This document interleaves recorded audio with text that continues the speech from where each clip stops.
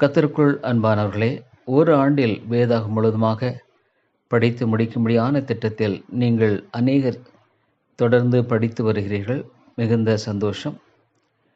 இந்த திட்டத்தில் இணைந்து படிக்கும்படியான வாசகர்களுக்காக வருகிற 30ஆம் தேதி மாலை 6 மணி முதல் 8 மணி முடிய கூகுள் மீட் மூலமாக ஒரு கூட்டம் உண்டு. இதில் நீங்கள் ஆன்லைனிலே கலந்து கொள்வதற்கு நீங்கள் கூகுள் மீட் ஆப்பை ப்ளே ஸ்டோரிலிருந்து டவுன்லோட் செய்து கொள்ளுங்கள். பிறகு அந்த கூகுள் மீட்டில் என்டர் எ மீட் கோட் என்று வரும்.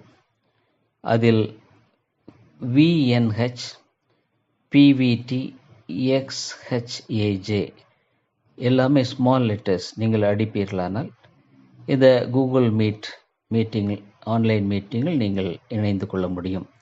மறந்துவிட வேண்டாம். வருகிற 30ஆம் தேதி குட் ஃப்ரைடேவுக்கு அடுத்த நாள் சனிக்கிழமை மாலை 6 மணி முதல் 8 மணி முடிய நான் மறுபடியும் நினைப்பூட்டுகிறேன். கூகுள் ப்ளே ஸ்டோரில் சென்று நீங்கள் கூகுள் மீட் ஆப்பை டவுன்லோட் செய்து கொள்ளுங்கள். இந்த ஆப்பில் என்டர் எ மீட் கோட் என்ற பகுதியில் VNH PVT XHAJ எல்லாமே ஸ்மால் லெட்டர்ஸ் அடிப்பீர்களானால் இந்த மீட்டிங்கில் நீங்கள் கலந்து கொள்ளலாம். ஒருவேளை உங்களுக்கு இது சிரமமாக இருக்கும், லிங்க் வேண்டுமானால் உங்களுடைய வாட்ஸ்அப் எண்ணை எனக்கு நீங்கள் அனுப்புவீர்களானால் அதற்குரிய லிங்கை நான் அனுப்புகிறேன். அந்த லிங்கை நீங்கள் டச் பண்ணால் உடனே அது மீட்டிங்கில் சேர்ந்து கொள்ளலாம். என்னுடைய வாட்ஸ்அப் எண் 9842767184. மறுபடியும் சொல்கிறேன், 9842767184.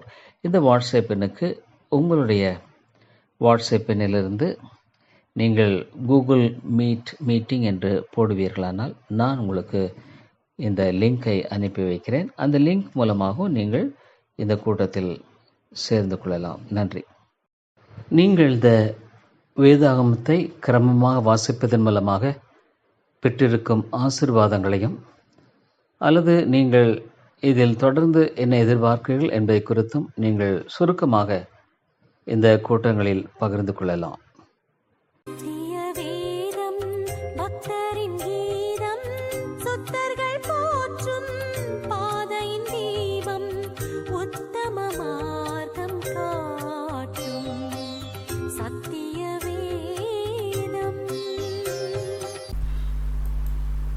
ஒன்று சாமுவேல் புத்தகம் 13வது அதிகாரம்.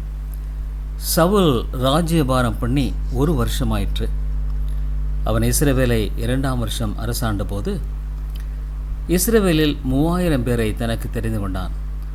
அவளில் 2000 பேர் சவுலோடை கூட மிக்மாசிலும் பெத்தேல் மலையிலும், 1000 பேர் யோனத்தானுடைய கூட பென்யமீன் நாட்டில் உள்ள கிபியாவிலும் இருந்தார்கள். மற்ற ஜனங்களை அவரவர் கூடாரங்களுக்கு அனுப்பிவிட்டான். யோனத்தான் கேபாவிலே தானியம் இருந்த பெலிஸ்தரை முறியடித்தான். பெலிஸ்தர் அதை கேள்விப்பட்டார்கள். ஆகையினால் இதை எபிரேயர் கேட்க கடவர்கள் என்று சவுல் தேசமெங்கும் இக்காலம் ஊதுவித்தான். தானியம் இருந்த பெலிஸ்தரை சவுல் முறியடித்தான் என்றும், இஸ்ரவேலை பெலிஸ்தருக்கு அருவருப்பானவர்கள் என்றும், இஸ்ரவேல் எல்லாம் கேள்விப்பட்ட போது ஜனங்கள் சவுலுக்கு பின் செல்லும்படி கில்காலுக்கு வரவழைக்கப்பட்டார்கள். பெலிஸ்தர் இஸ்ரவேலோடே யுத்தம் பண்ணும்படி 30,000 ரதங்களோடும் 6,000 குதிரை வீரோடும் கடற்கரை மணலத்தனை ஜனங்களோடும் கூடிக்கொண்டு வந்து பெத்தாவிலுக்கு கிழக்கான மிக்மாசிலே பாளையம் இறங்கினார்கள். அப்பொழுது இஸ்ரவேலர் தங்களுக்குண்டான இக்கட்டை கண்டபோது ஜனங்கள் தங்களுக்குண்டான நெருக்கத்தினாலே கெபிகளிலும் முட்காடுகளிலும் கண்மலைகளிலும் துருக்கங்களிலும் குகைகளிலும் ஒளித்து கொண்டார்கள். எபிரேயர் சிலர் யோர்தானையும் கடந்து காத் நாட்டிற்கும் கீலேயாத் தேசத்திற்கும் போனார்கள். சவுலோ இன்னும் கில்காலில் இருந்தான். சகல ஜனங்களும் பயந்து கொண்டு அவனுக்கு பின் சென்றார்கள். அவன் தனக்கு சாமுவேல் குறித்த காலத்தின்படி 7 நாள் மட்டும் காத்திருந்தான். சாமுவேல் கில்காலுக்கு வரவில்லை. ஜனங்கள் அவனை விட்டு சிதறி போனார்கள். அப்பொழுது சவுல் சர்வாங்க தகன பலியும் சர்வாங்க சமாதான பலிகளையும் என்னிடத்தில் கொண்டு வாருங்கள் என்று சொல்லி சர்வாங்க தகன பலியை செலுத்தினான். அவன் சர்வாங்க தகன பலியிட்டு முடிகிற போது இதோ சாமுவேல் வந்தான். சவுல் அவனை சந்தித்து வந்தனம் செய்ய அவனுக்கு எதிர்கொண்டு போனான். நீர் செய்தது என்ன என்று சாமுவேல் கேட்டதற்கு சவுல், ஜனங்கள் என்னை விட்டு சிதறி போகிறதையும் குறித்த நாட்களின் திட்டத்திலே நீர் வராததையும் பெலிஸ்தர் மிக்மாசிலே கூடி வந்திருக்கிறதையும் நான் கண்டபடியினாலே கில்காலில் பெலிஸ்தர் எனக்கு விரோதமாய் வந்து விடுவார்கள் என்றும் நான் இன்னும் கர்த்தருடைய சமூகத்தை நோக்கி விண்ணப்பம் பண்ணவில்லை என்றும் எண்ணி துணிந்து சர்வாங்க தகனபலி செலுத்தினேன் என்றான். சவுல் சாமுவேலை பார்த்து, புத்தியீனமாய் செய்தீர். உம்முடைய தேவனாகிய கர்த்தர் உமக்கு விதித்த கட்டளையை கைக்கொள்ளாமற் போனீர். மற்றபடி கர்த்தர் இஸ்ரவேலின் மேல் உம்முடைய ராஜ்யபாரத்தை என்றைக்கும் ஸ்திரப்படுத்துவார். இப்போதோ உம்முடைய ராஜ்யபாரம் நிலை நிற்காது. கர்த்தர் தம்முடைய இருதயத்துக்கு ஏற்ற ஒரு மனுஷனை தமக்கு தேடி அவனை கர்த்தர் தம்முடைய ஜனங்கள் மேல் தலைவனாயிருக்க கட்டளையிட்டார். கர்த்தர் உமக்கு விதித்த கட்டளையை நீர் கை கொள்ளவில்லையே என்று சொன்னான். சாமுவேல் எழுந்திருந்து கில்காலை விட்டு பென்யமீன் நாட்டிலுள்ள கிபியாவுக்கு போனான். சவுல் தன்னோடு கூட இருக்கிற ஜனத்தை தொகை பார்க்கிற போது ஏறக்குறைய 600 பேர் இருந்தார்கள். சவுலும் அவன் குமாரனாகிய யோனத்தானும் அவர்களோடு கூட இருக்கிற ஜனங்களும் பென்யமீன் நாட்டில் உள்ள கிபியாவில் இருந்து விட்டார்கள். பெலிஸ்தரோ மிக்மாசிலே பாளையம் இறங்கியிருந்தார்கள். கொள்ளைக்கார பெலிஸ்தரின் பாளையத்திலிருந்து 3 படையாய் புறப்பட்டு வந்தார்கள். ஒரு படை ஒப்ரா வழியாய் சூவால் நாட்டிற்கு நேராக போயிற்று. வேறொரு படை பெத்தோரோன் வழியாய் போயிற்று. வேறொரு படை வனாந்தரத்தில் இருக்கிற செபோய்மீன் பள்ளத்தாக்குக்கு எதிரான எல்லை வழியாய் போயிற்று. எபிரேயர் பட்டயங்களையாகிலும் ஈட்டிகளையாகிலும் உண்டு பண்ணாதபடிக்கு பார்த்து கொள்ள வேண்டும் என்று பெலிஸ்தர் சொல்லியிருந்தபடியா இஸ்ரவேல் தேசத்தில் எங்கும் ஒரு கொள்ளன் அகப்படவில்லை. இஸ்ரவேலர் யாவரும் அவரவர் தங்கள் கொழு விரும்புகளையும் தங்கள் மண்வெட்டிகளையும் தங்கள் கோடாரிகளையும் தங்கள் கடப்பாறைகளையும் தீட்டி கூர்மையாக்குறதற்கு பெலிஸ்தரிடத்திற்கு போக வேண்டியிருந்தது. கடப்பாறைகளையும் மண்வெட்டிகளையும் முக்கூறுள்ள ஆயுதங்களையும் கோடாரிகளையும் தாற்றுக்கோள்களையும் கூர்மையாக்குறதுக்கு அரங்கள் மாத்திரம் அவர்களிடத்தில் இருந்தது. யுத்த நாள் வந்தபோது சவுலுக்கும் அவன் குமாரனாகிய யோனத்தானுக்குமே அன்றி சவுலோடும் யோனத்தானோடும் இருக்கிற ஜனங்களில் ஒருவர் கையிலும் பட்டயமும் ஈட்டியும் இல்லாதிருந்தது. பெலிஸ்தரின் பாளையம் மிக்மாசிலிருந்து போகிற வழி மட்டும் பரம்பியிருந்தது. 1 சாமுவேல் புத்தகம் 14வது அதிகாரம். ஒரு நாள் சவுலின் குமாரனாகிய யோனத்தான் தன் ஆயுததாரியாகி வாலிபனை நோக்கி, நமக்கு எதிராக அந்த பக்கத்தில் இருக்கிற பெலிஸ்தரின் தானியத்திற்கு போவோம் வா என்று சொன்னான். அதை அவன் தன் தகப்பனுக்கு அறிவிக்கவில்லை. சவுல் கிபியாவின் கடைசி முனையாகிய மிக்ரோனிலே ஒரு மாதுளை மரத்தின் கீழ் இருந்தான். அவனோடு கூட இருந்த ஜனங்கள் ஏறக்குறைய 600 பேராயிருந்தார்கள். சீலோவிலே கர்த்தருடைய ஆசாரியன் இருந்த ஏலியின் குமாரனாகிய பினகாசுக்கு பிறந்த இக்கபோத்தின் சகோதரனும் அகிதூபின் குமாரனுமாகிய அகியா என்பவன் ஏபோத்தை தரித்தவனாயிருந்தான். யோனத்தான் போனதை ஜனங்கள் அறியாதிருந்தார்கள். யோனத்தான் பெலிஸ்தரின் தானியத்திற்கு போக பார்த்த வழிகளின் நடுவே இந்த பக்கம் ஒரு செங்குத்தான பாறையும் அந்த பக்கம் ஒரு செங்குத்தான பாறையும் இருந்தது. ஒன்றுக்கு போசேஸ் என்று பெயர், மற்றொன்றுக்கு சேனே என்று பெயர். அந்த பாறைகளில் ஒன்று வடக்கே மிக்மாசுக்கு எதிராகவும் மற்றொன்று தெற்கே கிபியாவுக்கு எதிராகவும் இருந்தது. யோனத்தான் தன் ஆயுததாரியாகிய வாலிபனை நோக்கி, விருத்த சேதனம் இல்லாதவருடைய அந்த தானியத்திற்கு போவோம் வா, ஒருவேளை கர்த்தர் நமக்காக ஒரு காரியம் செய்வார். அநேகம் பேரை கொண்டாகலும் கொஞ்சம் பேரை கொண்டாகலும் ரட்சிக்க கர்த்தருக்கு தடையில்லை என்றான். அப்பொழுது அவன் ஆயுததாரி அவனை பார்த்து, உம்முடைய இருதயத்தில் இருக்கிறபடியெல்லாம் செய்யும், அப்படியே போம், இதோ உம்முடைய மனதுக்கு ஏற்றபடி நானும் உம்மோடு கூட வருகிறேன் என்றான். அதற்கு யோனத்தான், இதோ நாம் கடந்து அந்த மனுஷரிடத்திற்கு போகிறவர்களைப் போல அவர்களுக்கு நம்மை காண்பிப்போம். நாங்கள் உங்களிடத்துக்கு வரும் மட்டும் நில்லுங்கள் என்று நம்முடைய சொல்வார்களானால் நாம் அவரிடத்திற்கு ஏறி போகாமல் நம்முடைய நிலையில் நிற்போம். எங்களிடத்துக்கு ஏறி வாருங்கள் என்று சொல்வார்களானால் ஏறிப்போம். கர்த்தர் அவர்களை நம்முடைய கையில் ஒப்புக் கொடுத்தார், இது நமக்கு அடையாளம் என்றார். அப்படி அவர்கள் இருவரும் பெலிஸ்தரின் தானியத்திற்கு முன் தங்களை காண்பித்தார்கள். அப்பொழுது பெலிஸ்தர், இதோ எபிரேயர் ஒழித்து கொண்டிருந்த வலைகளை விட்டு புறப்படுகிறார்கள் என்று சொல்லி தானியம் இருக்கிற மனுஷர் யோனத்தானையும் அவன் ஆயுதாரையும் பார்த்து, எங்களிடத்துக்கு ஏறி வாருங்கள், உங்களுக்கு புத்தி கற்பிப்போம் என்றார்கள். அப்பொழுது யோனத்தான் தன் ஆயுததாரியை நோக்கி, என் பின்னாலே ஏறி வா, கர்த்தர் அவர்களை இஸ்ரவேலின் கையில் ஒப்புக் கொடுத்தார் என்று சொல்லி யோனத்தான் தன் கைகளாலும் தன் கால்களாலும் தவழ்ந்து ஏறினான். அவன் ஆயுததாரி அவன் பின்னால் ஏறினான். அப்பொழுது அவர்கள் யோனத்தானுக்கு முன்பாக மடிந்து விழுந்தார்கள். அவன் ஆயுததாரியம் அவன் பின்னாலே வெட்டி கொண்டே போனான். யோனத்தானும் அவன் ஆயுததாரியம் அடித்த அந்த முந்தின அடியில் ஏறக்குறைய 20 பேர் அரையே நிலமான விசாலத்திலே விழுந்தார்கள். அப்பொழுது பாளையத்திலும் வெளியிலும் சகல ஜனங்களிலும் பயங்கரம் உண்டாகி தானியம் இருந்தவர்களும் கொள்ளையிடப் போன தண்டில் உள்ளவர்களும் கூட திகில் அடைந்தார்கள். பூமியும் அதிர்ந்தது. அது தேவனால் உண்டான பயங்கரமாக இருந்தது. பென்னிமேன் நாட்டில் உள்ள கிபியாவிலே சவுலுக்கு இருந்த ஜாமக்காரர் பார்த்து, இதோ அந்த ஏராளமான கூட்டம் களைந்து ஒருவர் மேல் ஒருவர் விழுகிறதை கண்டார்கள். அப்பொழுது சவுல் தன்னோட கூட இருக்கிற ஜனங்களை நோக்கி, நம்மிடத்திலிருந்து போனவர்கள் யார் என்று லக்கம் பாருங்கள் என்றான். அவர்கள் லக்கம் பார்க்கிற போது இதோ யோனத்தானும் அவன் ஆயுததாரியும் அங்கே இல்லை என்று கண்டார்கள். அப்பொழுது சவுல் அகியாவை நோக்கி, தேவனுடைய பெட்டியை கொண்டு வா என்றான். தேவனுடைய பெட்டி அந்நாட்களில் இஸ்ரவேல் புத்திரிடத்தில் இருந்தது. இப்படி சவுல் ஆசாரியனுடைய பேசுகையில் பெலிஸ்தரின் பாளையத்தில் உண்டான கலகம் வர வர அதிகரித்தது. அப்பொழுது சவுல் ஆசாரியனை பார்த்து, இருக்கட்டும் என்றான். சவுலும் அவனோடு இருந்த ஜனங்களும் கூட்டங்கூடி போர்க்களத்திற்கு போனார்கள். ஒருவர் பட்டயம் ஒருவருக்கு விரோதமாக இருந்தபடியால் மகா அமளி உண்டாயிற்று. இதற்கு முன் பெலிஸ்தருடன் கூடி அவர்களோடே கூட பாளையத்திலே தெரிந்து வந்த எபிரேயரும் சவுலோடும் யோனத்தானோடும் இருக்கிற இஸ்ரவேலரோடு கூடிக்கொண்டார்கள். எப்பிராயிம் மலைகளில் ஒழித்து கொண்டிருந்த சகல இஸ்ரவேலரும் பெலிஸ்தர் முறிந்து விடுகிறதை கேள்விப்பட்ட போது யுத்தத்திலே அவளை நெருங்கி தொடர்ந்தார்கள்.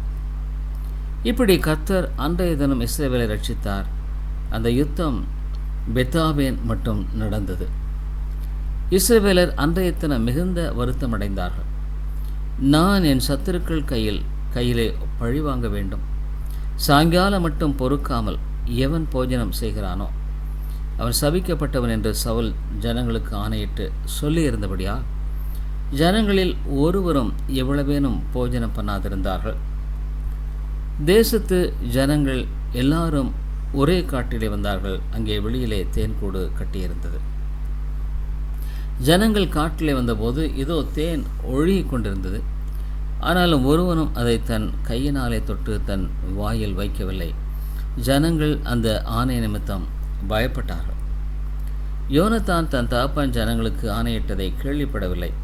அவன் தன் கையில் இருந்த கோலை நீட்டி அதன் நுனியினாலே தேன்கூட்டை குத்தி அதை எடுத்து தன் வாயிலே போட்டுக்கொண்டான். அதனால் அவன் கண்கள் தெளிந்தது. அப்பொழுது ஜனங்களில் ஒருவன், இன்றைக்கே போஜனம் சாப்பிடுகிறவன் சபிக்கப்பட்டவன் என்று உம்முடைய தகப்பனார் ஜனங்களுக்கு உறுதியாய் ஆணையிட்டிருக்கிறார். ஆகையினால் ஜனங்கள் விடாய்த்திருக்கிறார்கள் என்றான். அப்பொழுது யோனத்தான், என் தகப்பன் தேசத்தின் ஜனங்களை கலகப்படுத்தினார். நான் இந்த தேனிலே கொஞ்சம் ருசி பார்த்ததினாலே என் கண்கள் தெளிந்ததை பாருங்கள்.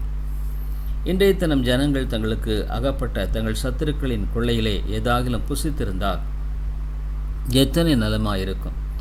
பெலிஸ்தருக்குள்ளான சங்காரம் மிகவும் அதிகமாயிருக்குமே என்றான். அவர்கள் அன்றைய தினம் மிக்மாஸிலிருந்து ஆயலோன் மட்டும் பெலிஸ்தரை முறியடித்த போது ஜனங்கள் மிகவும் விடாய்த்திருந்தார்கள். அப்பொழுது ஜனங்கள் கொல்லையின் மேல் பாய்ந்து ஆடுகளையும் மாடுகளையும் கன்று குட்டிகளையும் பிடித்து தரையிலே போட்டு அடித்து இரத்தத்தோடும் புசித்தார்கள். அப்பொழுது இதோ இரத்தத்தோடு இருக்கிறதை புசிக்கிறதுனால் ஜனங்கள் கர்த்தருக்கு இயலாத பாவம் செய்கிறார்கள் என்று சவுலுக்கு அறிவித்தார்கள். அவன், நீங்கள் துரோகம் பண்ணினீர்கள், இப்போதே ஒரு பெரிய கல்லை என்னிடத்தில் உருட்டி கொண்டு வாருங்கள், நீங்கள் ஜனத்திற்குள்ளே போய் இரத்தத்தோடு இருக்கிறதை சாப்பிடுகிறதுனாலே கர்த்தருக்கு இயலாத பாவம் செய்யாதபடிக்கு அவரவர் தங்கள் மாட்டையும் அவரவர் தங்கள் ஆட்டையும் என்னிடத்தில் கொண்டு வந்து இங்கே அடித்து பின்பு சாப்பிட வேண்டும் என்று அவர்களுக்கு சொல்லுங்கள் என்று கட்டளையிட்டான். ஆகையால் ஜனங்கள் எல்லாரும் அவரவர் தங்கள் மாடுகளை அன்று ராத்திரி தாங்களே கொண்டு வந்து அங்கே அடித்தார்கள். பின்பு சவுல் கர்த்தருக்கு ஒரு பலிபீடத்தை கட்டினான். அது அவன் கர்த்தருக்கு கட்டின முதலாவது பலிபீடம். அதற்கு பின்பு சவுல், நாம் இந்த ராத்திரியிலே பெலிஸ்தரை தொடர்ந்து போய் விடியற்காலம் வெளிச்சமாக மட்டும் அவர்களை கொள்ளையிட்டு அவர்களில் ஒருவரையும் மீதியாக வைக்காதிருப்போமாக என்றான். அதற்கு அவர்கள், உம்முடைய கண்களுக்கு நலமானபடியெல்லாம் செய்யும் என்றார்கள். ஆசாரியனோ, நாம் இங்கே தேவ சந்தையில் சேரக்கடவோம் என்றான். அப்படியே பெலிஸ்தரை தொடர்ந்து போகலாமா, அவர்களை இஸ்ரவேல் கையில் ஒப்புக் கொடுப்பீரா என்று சவுல் தேவனிடத்தில் விசாரித்தான். அவர் அந்த நாளிலே அவனுக்கு மறு உத்தரவு அருளவில்லை. அப்பொழுது சவுல் ஜனத்தின் தலைவர்களே, நீங்கள் எல்லாரும் இங்கே சேர்ந்து வந்து இன்று இந்த பாவம் எதனாலே உண்டாயிற்று என்று பார்த்தறியுங்கள். அது என் குமாரனாகிய யோனத்தானிடத்தில் காணப்பட்டாலும் அவன் சாக வேண்டும் என்று இஸ்ரவேலை ரட்சிக்கிற கர்த்தருடைய ஜீவனை கொண்டு சொல்கிறேன் என்றான். சகல ஜனங்களுக்குள்ளும் ஒருவனும் அவனுக்கு பிரதியுத்தரம் சொல்லவில்லை. அதற்கு பின் அவன் இஸ்ரவேலர் எல்லாரையும் நோக்கி, நீங்கள் அந்த பக்கத்திலே இருங்கள், நானும் என் குமாரனாகிய யோனத்தானும் இந்த பக்கத்தில் இருப்போம் என்றான். ஜனங்கள் சவுலை பார்த்து, உம்முடைய கண்களுக்கு நலமானபடி செய்யும் என்றார்கள். அப்பொழுது சவுல் இஸ்ரவேல் தேவனாகிய கர்த்தரை நோக்கி நிதானமாய் கட்டளையிட்டு யதார்த்தத்தை விளங்க பண்ணும் என்றான். அப்பொழுது யோனத்தான் மேலும் சவுலின் மேலும் சீட்டு விழுந்தது. ஜனங்களோ தப்பினார்கள். எனக்கும் என் குமாரனாகிய யோனத்தானுக்கும் சீட்டு போடுங்கள் என்று சவுல் சொன்னபோது யோனத்தான் மேல் சீட்டு விழுந்தது. அப்பொழுது சவுல் யோனத்தானை பார்த்து, நீ செய்தது என்ன, எனக்கு சொல் என்று கேட்டான். அதற்கு யோனத்தான், என் கையில் இருக்கிற கோலின் நுனியினாலே கொஞ்சம் தேன் எடுத்து ருசி பார்த்தேன், அதற்காக நான் சாக வேண்டும் என்றான். அப்பொழுது சவுல், யோனத்தானே, நீ சாகத்தான் வேண்டும், இல்லாவிட்டால் தேவன் எனக்கு அதற்கு சரியாகவும் அதற்கு அதிகமாகவும் செய்ய கடவர் என்றான். ஜனங்களோ சவுலை நோக்கி, இஸ்ரவேலிலே இந்த பெரிய ரட்சிப்பை செய்த யோனத்தான் கொலை செய்யப்படலாமா? அது கூடாது. அவன் தலையில் இருக்கிற ஒரு மயிரும் தரையிலே விழப்போகிறதில்லை என்று கர்த்தருடைய ஜீவனை கொண்டு ஆணையிட்டு சொல்லுகிறோம். தேவன் துணை நிற்க அவன் இன்று காரியத்தை நடப்பித்தான் என்றார்கள். அப்படியே யோனத்தான் சாகாதபடிக்கு ஜனங்கள் அவனை தப்புவித்தார்கள். சவுல் பெலிஸ்தரை தொடராமல் திரும்பிவிட்டான். பெலிஸ்தரும் தங்கள் ஸ்தலத்திலே போய்விட்டார்கள். இப்படி சவுல் இஸ்ரவேலை ஆளுகிற ராஜ்ய பாரத்தை பெற்றுக்கொண்டு சுற்றிலும் இருக்கிற தன்னுடைய எல்லா சத்துருக்களாகிய மோவாபியருக்கும் அம்மோன் புத்தருக்கும் ஏதோமியருக்கும் சோபாவின் ராஜாக்களுக்கும் பெலிஸ்தருக்கும் விரோதமாக யுத்தம் பண்ணி எவர்கள் மேல் படையெடுத்தானோ அவர்களை எல்லாம் அடக்கினான். அவன் பலத்து அமலேக்கியரை முறியடித்து இஸ்ரவேலை கொள்ளையிடுகிற யாவர் கைக்கும் அவர்களை நீங்களாக்கி ரட்சித்தான். சவுலுக்கு இருந்த குமாரர் யோனத்தான், இஸ்வி, மல்கிசுவா என்பவர்கள். அவனுடைய 2 குமாரத்திகளில் மூத்தவள் பேர் மேரேப், இளையவள் பேர் மீகால். சவுலுடைய மனைவியின் பேர் அகினோவாம், அவள் அகிமாசின் குமாரத்தி. அவனுடைய சேனாதிபதியின் பேர் அப்னேர், அவன் சவுலுடைய சிறிய தகப்பனாகிய நேரின் குமாரன். கீஸ் சவுலின் தகப்பன், அப்னேரின் தகப்பனாகிய நேர் ஆபியலின் குமாரன். சவுல் இருந்த நாளெல்லாம் பெலிஸ்தரின் மேல் கடினமான யுத்தம் நடந்தது.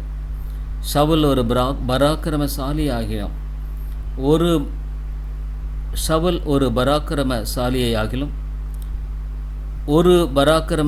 ஒரு பலசாலியாகிலும் காணும்போது அவர்கள் எல்லாரையும் தன்னிடமாக சேர்த்து கொள்வான்.